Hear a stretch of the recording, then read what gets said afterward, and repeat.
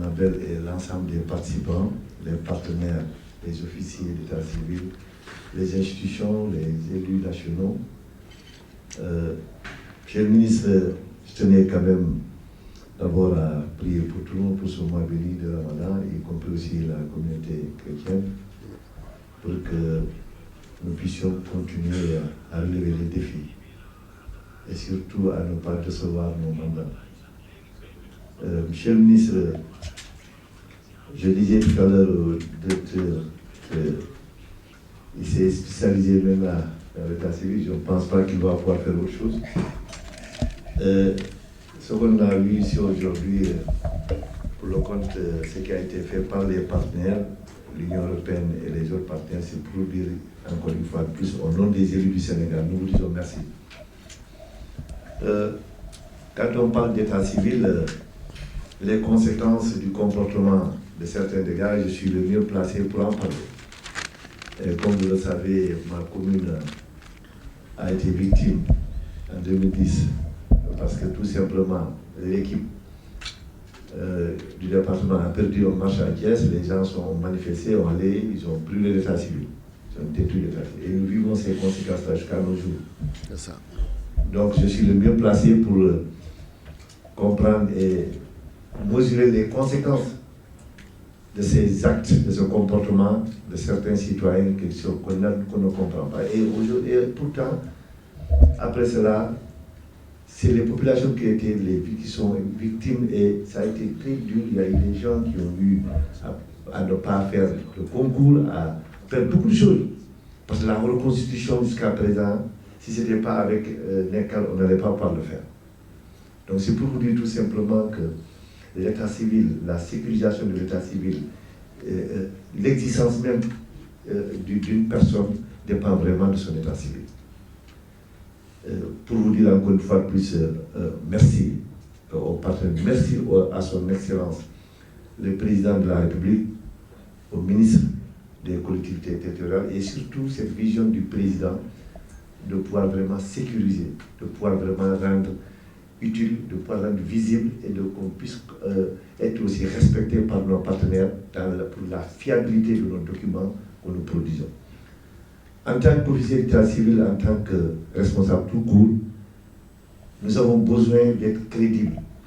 Nous avons besoin que les documents que nous produisons, que ces documents-là soient fiables et respectés, acceptés par tout le monde. Et cela est fondamental. Donc, nous saluons ce programme. Et je vais tout simplement demander au directeur dans le cadre des décrets et des lois, des projets de loi, des décrets, parce qu'on a cité beaucoup de décrets des chefs de village, des délégués de quartier consorts, non seulement sur le plan numérique, mais aussi sur le plan du document. J'aurais souhaité que vous puissiez le produire pour l'ensemble des officiers, pas tous les officiers, mais chaque commune puisse avoir ces documents de base qui lui permettra vraiment de pouvoir prendre ces décisions-là. Et surtout, on dit souvent, vous avez relevé beaucoup d'autres problèmes liés à l'état civil, c'est une réalité.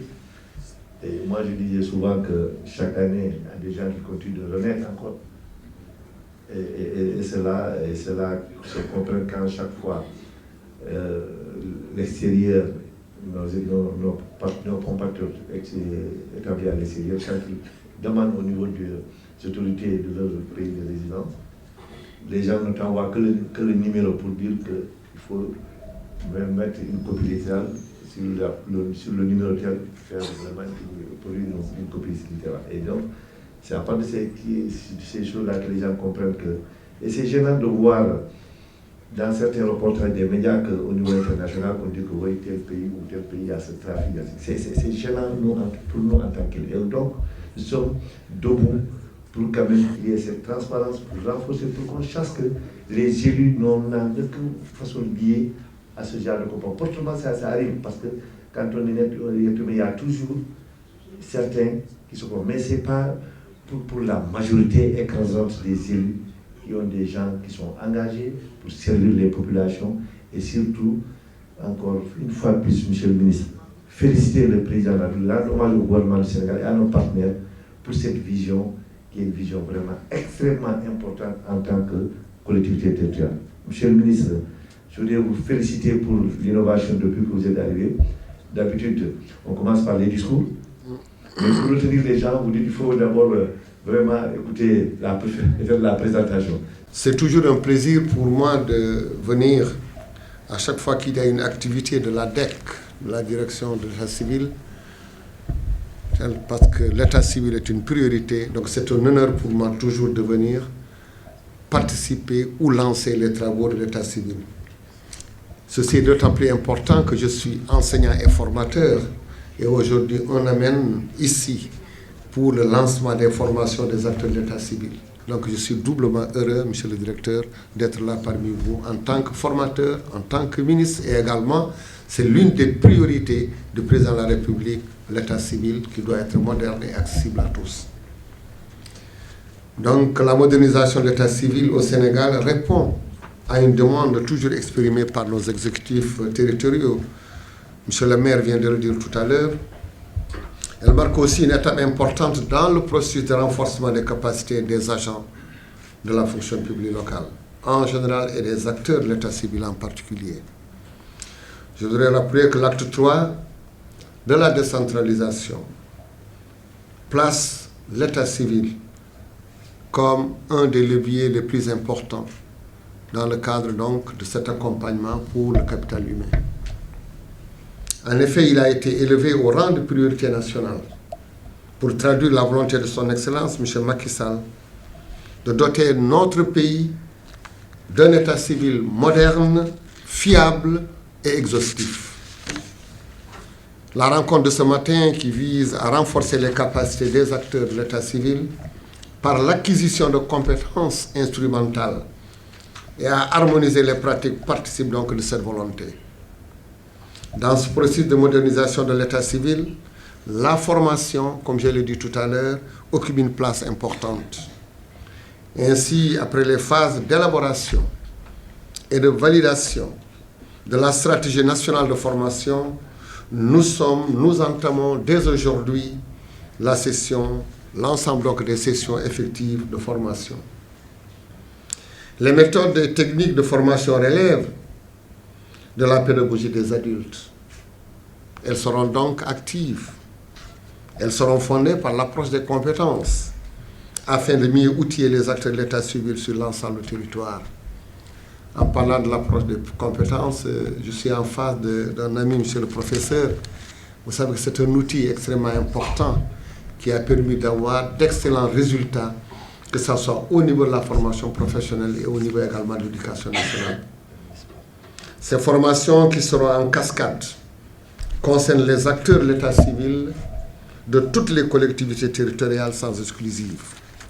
La première phase que nous lançons aujourd'hui concerne plus de 2000 agents, plus de 600 officiers et 600 archivistes, sans oublier plus de 800 également auxiliaires.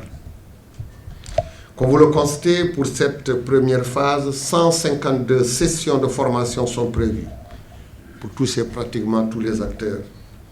Au terme de cette première phase, la deuxième qui démarre au mois d'octobre 2023 va prendre en charge également les autres auxiliaires d'état civil, soit plus de 14 000 chefs de village et chefs de quartier. Des manuels et des guides de formateurs ont été élaborés et validés pour assurer à ces formateurs, en tout cas, les meilleures conditions de réussite et également donner de très bonnes formations. Parallèlement à ces formations en présentiel, nous l'avons vu tout à l'heure, une autre plateforme d'auto-formation est mise en place. Cette plateforme offre à tous les acteurs de l'état civil la possibilité de se perfectionner à distance. Mesdames, Messieurs, avec ce qui a été déjà fait en termes de numérisation et de digitalisation, on peut dire que la modernisation de l'état civil de notre pays est aujourd'hui dans sa phase active. Pour rappel, dans le cadre du programme NECAL, sur un objectif de 15 millions d'actes d'état civil, nous avons aujourd'hui numérisé pratiquement le tiers. Parallèlement à la numérisation et les opérations d'indexation qui sont en cours, elles seront suivies par la mise en place d'un registre national de l'état civil qui va centraliser l'ensemble des données de toutes les collectivités territoriales. Un registre national est conçu pour interagir avec les structures utilisatrices des données d'état civil, carte d'identité, titre de voyage, permis de conduire, etc. Il permettra aussi de vérifier l'authenticité d'un document d'état civil en assurant la fiabilité et la sécurité.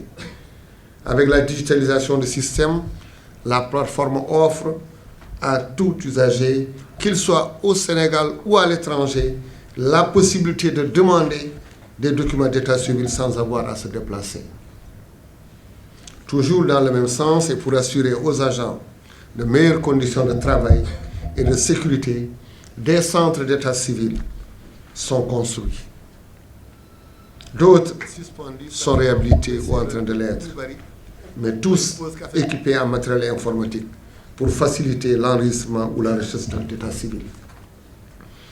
Chers formateurs, je voudrais rappeler que l'état civil joue un rôle important dans la gouvernance du pays. Au niveau individuel, il est une condition pour exercer une citoyenneté active. Pour mesurer donc la sensibilité de notre mission, une tâche importante pour l'avenir de notre pays est désormais entre vos mains. En effet, face aux nombreuses réclamations liées à des manquements dans la gestion de l'état civil, notre département compte beaucoup sur vous pour des formations pratiques et efficaces. Au regard de vos profils, de vos expériences et surtout de votre engagement, je reste persuadé qu'au terme des formations, vous aurez assuré à chaque collectivité territoriale les conditions d'un état civil moderne, fiable et exhaustif.